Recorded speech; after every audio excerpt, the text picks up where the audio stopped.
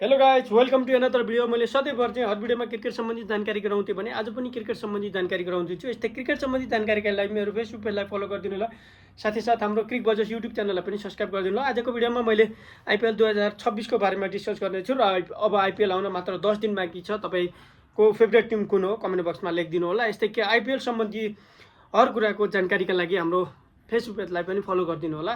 तपाईँहरूले आइपिएल सम्बन्धी हर कुरा मलाई प्रश्न गर्न सक्नुहुन्छ हैन। आइपिएल सम्बन्धी प्लेइङ 11 एनालाइसिस जस्ता लिएर पेज रिपोर्ट र पहिलो फेजमा कतिवटा म्याच हुन्छन् त्यसको बारेमा पनि तपाईँले मलाई सोध्न सक्नुहुन्छ। क्रिकेट सम्बन्धी केही कुराको जानकारी लिन पर्ने छ भने तपाईँले मलाई फेसबुक मार्फत फलो गरेर पनि जानकारी लिन सक्नुहुन्छ। आजको भिडियोमा मैले आइपिएल 2026 को बारेमा डिस्कस गर्नेछु। आइपिएल आउन मात्र 10 दिन बाँकी छ, मैले जानकारी गराइसकेको छु र अघिल्लो भिडियोमा पनि मैले आइपिएल सम्बन्धी हाई भोल्टेज म्याचेस भनेर पनि बनाएको छु। त्यो युट्युबमा गएर हेर्न सक्नुहुन्छ। त्यो हैदराबाद र आरसिबी को म्याचको बारेमा पनि मैले भिडियो बनाइसकेको छु, माथि आई आइकनमा आएको छ, त्यहाँ गएर हेर्न सक्नुहुन्छ। आजको भिडियोमा मैले यति, तपाईँ हैदराबाद फ्यान हुनुहुन्छ भने हैदराबादलाई चाहिँ ठुलो झड्का लागेको छ। आइपिएल सुरुवात नहुँदै हैदराबादका कप्तान चाहिँ आइपिएलबाट बाहिरिने चान्स देखिएको छ।